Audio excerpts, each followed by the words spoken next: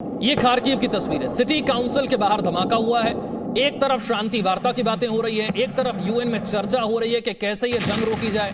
रूस और यूक्रेन के बीच में भी बातचीत हो रही है, लेकिन एक तरफ शांति की वार्ता, दूसरी तरफ बम धमाके, आम नागरिकों पर हमला, रिहैब सेंटर पर हमला, एक एक करके अपने शहर को कब्जे में लेने की कोशिश रूस की। और उसी कड़ी में खार्किव में बिल्डिंग में ये धमाके की तस्वीर है। सुरेश जी, क्या ये हो सकता है कि यूएन में चर्चा चल रही हो कि आप जंग रोकें, रूस और यूक्रेन चर्चा कर रहे हो कि जंग रोकें, और दूसरी तरफ आप इन धमाकों की तस्वीरें देखते हैं? देखिए, बातचीत करने से जंग पर असर पड़ेगा, रोकने की कोशिश होगी, लेकिन मुझको नहीं लगता है कि अभी इतनी जल्दी जंग रुकने वाली है। उसकी दो वजह हैं। एक तो रशिया जिस तरीके की सिचुएशन में आ गया है, उसको ज़रूरी है कि कहीं ना कहीं उसको अपना डोमिनेशन दिखाना होगा, डोमिनेंस दिखानी है, और डोमिनेंस लेकर के ही वो बातचीत में जो बेलारूस में हो रही है वहाँ पर कुछ उसका नतीजा आगे निकलेगा। दूसरा ये है कि यूक्रेन के लिए भी नाक का सवाल हो गया है अभी, और इस यूक्रेन का नाक का सवाल इसलिए हो गया है कि उसको नेटो से जो बढ़ावा मिल रहा है, उसको बढ़ावा मिलने के बाद में अब वो यूक्रेन, लेकिन इस तरह के धमाकों के बाद यूक्रेन कितने दिन और झेल पाएगा? धमाके हो सकता है चलते रहेंगे, लेकिन आपने शायद, मैंने पढ़ रहा था यहाँ पर कि जो यूक्रेनी लोग हैं उनका अभी जो है मनोबल काफ़ी ऊंचा है, और इसीलिए सिविलियन जो रजिस्ट्री शुरू हो रही है वो काफ़ी लंबी चल सकती है। मैं एक चीज़ और कहना चाहूँगा कि इस टाइम पर ये जो लड़ाई है खाली यूक्रेन की और रशिया की नहीं है। ये लड़ाई अब नेटो और रशिया की लड़ाई बन चुकी है, क्योंकि नेटो, लेकिन इसमें नेटो की भूमिका क्या है फिर? नेटो सारा उनको बात सप्लाई कर रहा है एक तो, और नेटो कह रहा है कि आप डटे रहिए, हम आपके साथ हैं, हम आपको माल भेजते रहेंगे, और आसपास के देशों में डिप्लॉयमेंट भी हो जाएगी। तो ये जो क्या ये जंग भेजे हुए हथियारों से जंग लड़ने से जीती तो नहीं जा सकती, लेकिन रेजिस्टेंस बढ़ सकता है, यही हो सकता है। लेकिन ज़ेलेंस्की तो चढ़ गए हैं ना, ज़ेलेंस्की को तो लगता है कि वो जीत सकते हैं। इसमें अच्छा, मैं एक चीज़ और कह लूँ, सॉरी, तो मैं जो कह रहा था कि ये जो जंग है नेटो और रशिया के बीच की जंग एक तरह से बन चुकी है। आखिरी चीज़, ये जंग एक चीज़ के लिए है, वो जंग ये है कि अल्टीमेटली यूरोप का सिक्योरिटी आर्किटेक्चर क्या रहेगा। वर्ल्ड ऑर्डर तो खैर अभी बाद में आता है, लेकिन यूरोपियन ऑर्डर, नया यूरोपियन ऑर्डर बनना है, नया यूरोपियन सिक्योरिटी आर्किटेक्चर बनना है। उससे पहले जंग थम सकती है, लेकिन जंग के आसार बने रहेंगे। देखिए, इसमें एसेंशली प्रेशर गेम चल रहा है अभी बिटवीन नेटो और रशिया। दोनों तरफ से मिलिट्री प्रेशर बनाने की कोशिश है। वो पहले भी मैं कह चुकी हूँ, ये पॉसिबिलिटी है कि इस जंग की एक प्री प्लानिंग हुई थी। यूक्रेन में पहले ही हथियार भेजे गए थे, यूक्रेन में पहले ही सबोटाज फोर्सेस नेटो की तरफ से पहुंचे थे। ये भी हो सकता है कि वो एक इन अ वे एक बेट दिया था रशिया को, पुतिन को, कि आप बेशक अपने दो जो रीजन है, डोनबास के जो दो रिपब्लिक्स आपने वो डिक्लेयर कर दिए इंडिपेंडेंट है, और उसके बाद आप कीव आ जाइए और कीव में आपको हम रेजिस्टेंस दिखाएंगे।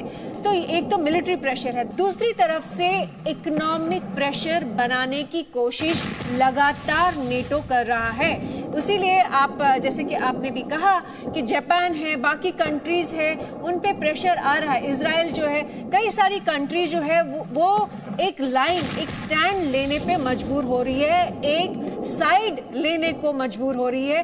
तो वो उससे भी वो ये सोच रहे हैं कि जितना लंबा समय जाएगा रशिया उस प्रेशर में, इकोनॉमिक प्रेशर के अंडर दब जाएगा और टूट जाएगा। लेकिन सुरेश जी, जितना लंबा समय जाएगा रूस को इन प्रतिबंधों का असर महसूस होगा, तब तक यूक्रेन बचेगा या नहीं बचेगा?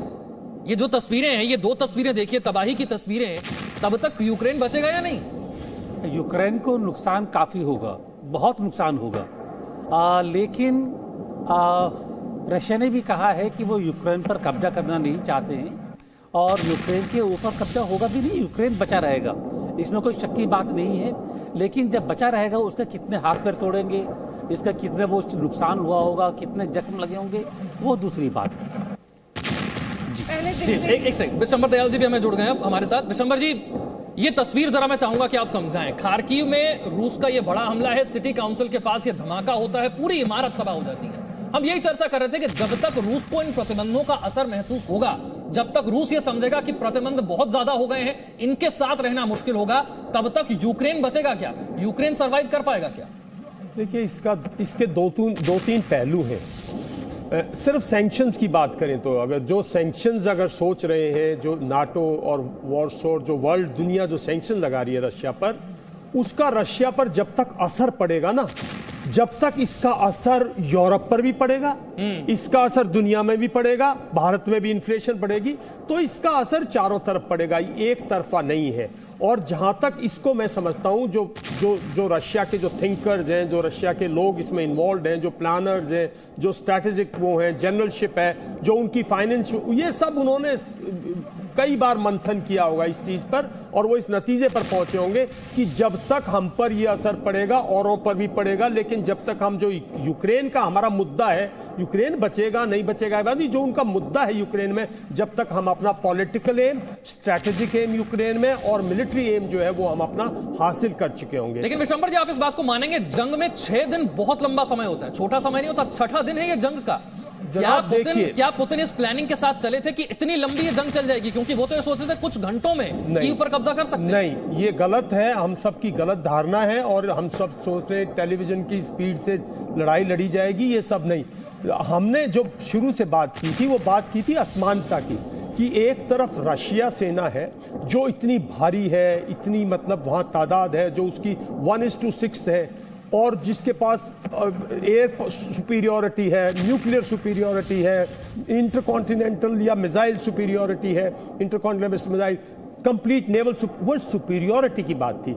जहां तक लड़ाई की बात है, देखिए कीव ही 250 किलोमीटर है।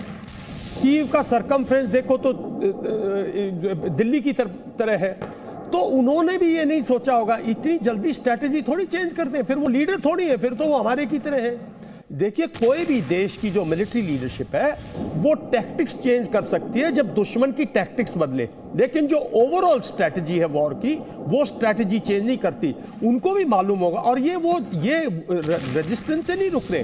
देखिए, शुरू में उनकी क्या टैक्टिक्स है, उनकी क्या स्ट्रैटेजी है। शुरू में वो अपने रैकी और अपने ऐसे एलिमेंट्स भेजते हैं जो उनके स्लीपर सेल से मिल जाएं, इंफॉर्मेशन कलेक्ट करें, दहशत फैलाएं, ब्लास्ट करें। यही हो रहा था खार्किव में, यही हो रहा था सूमी में, यही हो रहा था चेरनोबिल में, यही हो रहा था चिरनी में, यही हो रहा था कुछ पोर्शन के कीव में। अब वो यही हो रहा है पूरा मारियोपोल में, और नीचे खरसन में और ओडेसा में। ये सब के बाद अब होगा कि इनको किस शहर को कब्जाया जाए, किसको थोड़ी देर बाद कब्जाया जाए। तो जो खार्किव की लड़ाई है, क्योंकि खार्किव बेलगोरद से बिल्कुल नजदीक है, बॉर्डर से 40 किलोमीटर है, अब ये उस स्टेज पर पहुंची है जहां इसको अगले 2-3 दिन में बिल्कुल यहां शांति स्थापित की जाएगी। 2-3 दिन लगेंगे हो सकता है, उसके बाद छुटपुट घटनाएं होंगी। ये तो छुटपुट घटनाएं क्या, ये तो पिछले 6-7 साल से डोनेट्स्क और लुहांस्क में भी चल रही है ना, तो ये तो चलता रहेगा, लेकिन इस पर रशिया का कब्जा होगा। एक और चीज मैं समझना चाहता हूं, आपके मुताबिक जो प्लानिंग रूस ने की थी, क्या वो उस प्लानिंग में अब तक सक्सेसफुल है, या फिर जो तस्वीरें यूक्रेन से आ रही हैं, जो जज्बा वहां के लोग दिखा रहे हैं, जो रेजिस्टेंस दिखा रहे हैं, उसका कोई असर हो रहा है? देखिए, ये जज्बा रशियंस और यूक्रेनियंस एक लोग हैं। ये जो पॉज हम देख रहे हैं ना बीच बीच में, ये रशियन जो लीडरशिप है वो यूक्रेनियन पॉपुलेशन को मैसेज भेजती है कि भाई हम मारने नहीं आ रहे, आपको तबाह करने नहीं आ रहे, हमारा मकसद सिर्फ ये है कि नाटो जो है यहाँ आके ना बैठ जाए। और आपके यहाँ पिछले 7-8-10 साल में जो नियो नाजी, जो स्टेफनबर्गर, जिस सेकेंड वर्ल्ड वॉर में जिसने पूरा साथ दिया था, पॉलिश मरवाए, पूरी यूक्रेनियन मरवाए, रशियन मरवाए, वो तो न्याजीज के साथ था। आप उसको हीरो बना के स्टैच्यू लगा रहे हो, तो ये लोग जो है कल हमें नुकसान देंगे, हम इसको निकालने आ रहे हैं, हम डीमिलिटराइज उससे करने आ रहे हैं। जो सेना है यूक्रेन की, उसमें इनका प्रभाव है।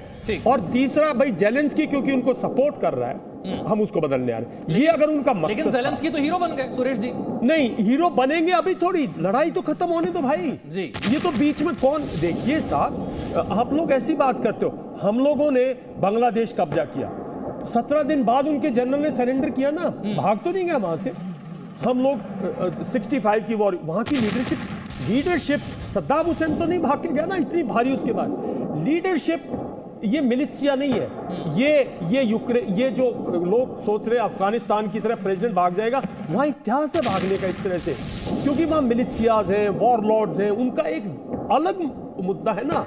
ये एक नेशन है, एक डेमोक्रेटिकली इलेक्टेड प्रेसिडेंट है, एक सेना है 2 लाख की, वो ऑर्गेनाइज है, इक्विप्ड है, ट्रेंड है, वो मिलिशिया नहीं है यूक्रेनियन सेना, वो स्ट्रेटजी से फाइट करेगी। रशियन ने सब वॉर गेम किया होगा। हम लोग जो ये यहाँ जो छोटे मेरे जैसे लोग हैं, जब वो ये बात कह रहे हैं कि भाई ये नहीं हो सकता, हमारा अपना तजुर्बा है। हमारे अपने लोग थे ना श्रीलंका में, या दुनिया भर के लोग कहते थे भारत ये क्यों नहीं कर देता, ये क्यों नहीं। अरे भाई, भारतीय सेना के हाथ बंधे हुए हमारे लोग हैं, रूसी सेना हाथ बांध के मारेगी। ये जो प्रोपेगेंडा है कि आप वो जो सिविलियंस कह रहे हैं कि मैसेज देने की यूक्रेन के लोगों को कोशिश की गई है कि आपको मारना हमारा मकसद नहीं है। ये लेकिन साइकोलॉजिकल क्या वो- प्रोपेगेंडा वॉरफेयर है लेकिन अभी क्या वो तक। मैसेज कन्वे हो रहा है? क्योंकि यूक्रेन के लोग जिस तरह से हथियार उठाकर सड़कों पर हैं, रूस के टैंकों के आगे बैठे हुए हैं, क्या वो मैसेज कन्वे हो पाया सुरेश जी? मैं एक छोटी सी बात कर दूं, अपनी बात खत्म करूंगा, मैं अपनी बात खत्म करूंगा। देखिए, ये जो 40-42 मील की जो लाइन है ना आज नॉर्थ से जो आ रही है, कोई 50 माइल कह रहा है, कोई 70 माइल की, इसका मतलब जो मेन आर्मी है ना, जो मेन आर्मी, टैंक आर्मी, वो अब घुसी है, वो पहले नहीं घुसी थी। तो ये जब मेन आर्मी घुसेंगी, इनकी 3 आर्मीज हैं वेस्टर्न मिलिट्री डिस्ट्रिक्ट में, जब ये घुसेंगी तो ऐसी लाइनें दिखेंगी। Presenting B News app available on Google Play and App Store. Download it now.